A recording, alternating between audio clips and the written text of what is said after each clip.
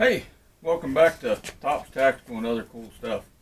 Today I want to talk to you guys about something that seems to be blowing the internet up lately, and that's how best to zero my AR. Bear with me, for those of you who don't know, I have a broken arm, so that kind of takes away from time on the range, so you're going to be stuck down here with me in my basement for a little bit. What I want to go over today, people keep asking, hey, how do I zero my AR? Should I put it dead on at 100, dead on at 200? What's a 36-yard zero? All kinds of craziness. Well, I want to hopefully, for you guys to have questions, kind of clear this up for you and let you know what's going on. Now, what a lot of people need to realize is that when you fire a round downrange out of your rifle, out of your pistol, out of whatever it is, first thing to understand is that line of sight is a straight line. If I look at my camera, it is a straight line. A bullet does not travel on a straight line. A bullet also does not rise as it goes downrange. There's no magical lifting force to a bullet. What a lot of people don't know is that the center line of the bore runs a little uphill toward the muzzle. You know, just kind of like throwing a football. All right, when you throw a football, it's never rising. It comes off your hand on the trajectory that you've established with your hand. Same thing with a rifle. Gravity is going to affect that bullet the instant it leaves the muzzle. It starts changing the game on us.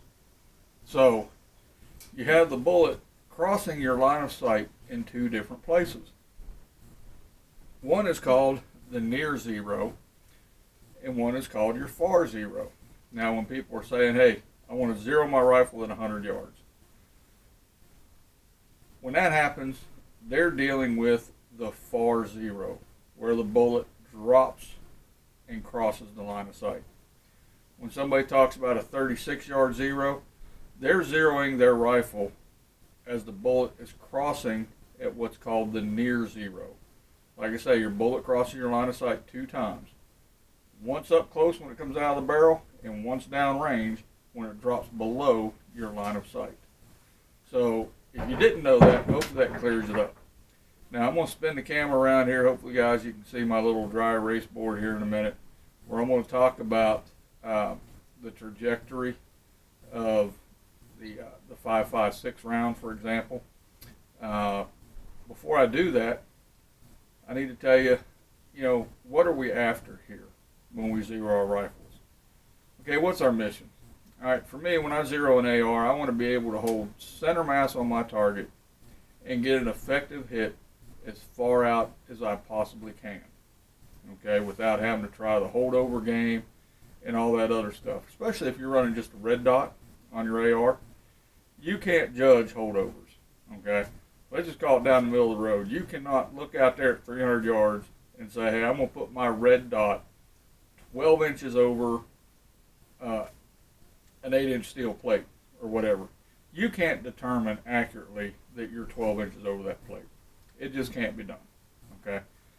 So what I'm doing, this goes back to kind of an old school thing they used to call maximum point blank range. That was where we determined that we wanted our bullet to stay inside of a window, okay, for as far as it possibly can. Clear as mud, right? Okay. I took a tape measure out, and from the top of my sternum to the bottom of my sternum is about 10 inches, okay?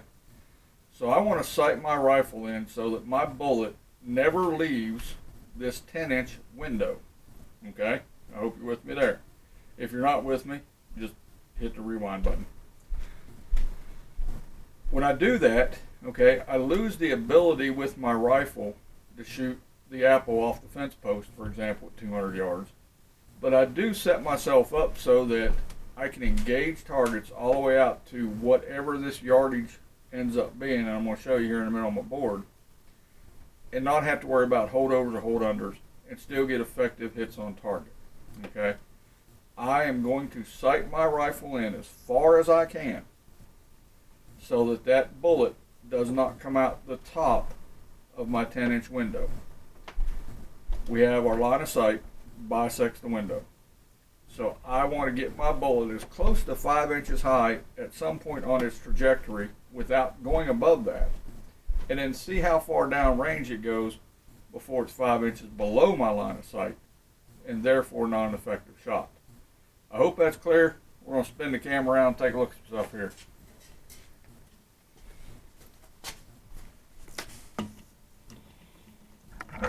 Okay, get my little viewfinder turned around.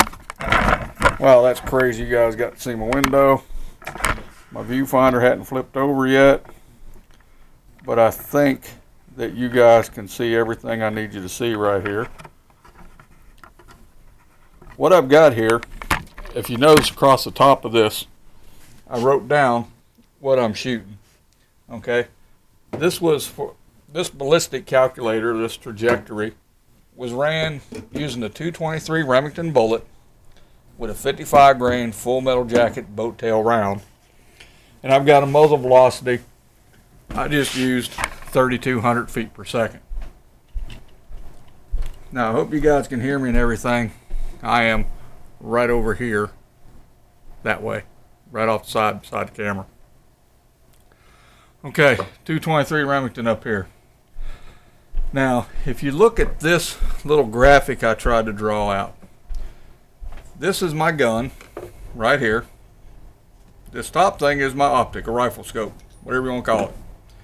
My line of sight is perfectly straight. My bullet will follow a trajectory like this. And actually the back half of the trajectory, it falls a little quicker than what's represented here.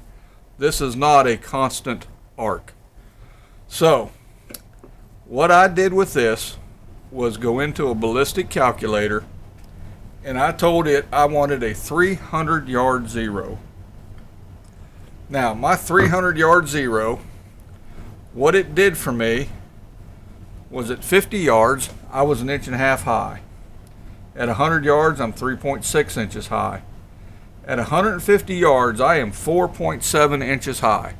Okay, we got to remember that. We talked about our 10-inch window, which was what I basically pretty much measured my sternum to be. I don't want to get any more than 5 inches above my line of sight, so I'm good there. At 200 yards, I am at 4.5 inches above my line of sight. So this bullet is starting to fall.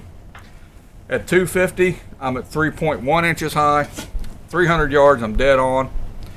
At 350, the bullet has dropped 4.8 inches below my line of sight. Okay, and at 4 inches, it's way out the bottom at 11.6.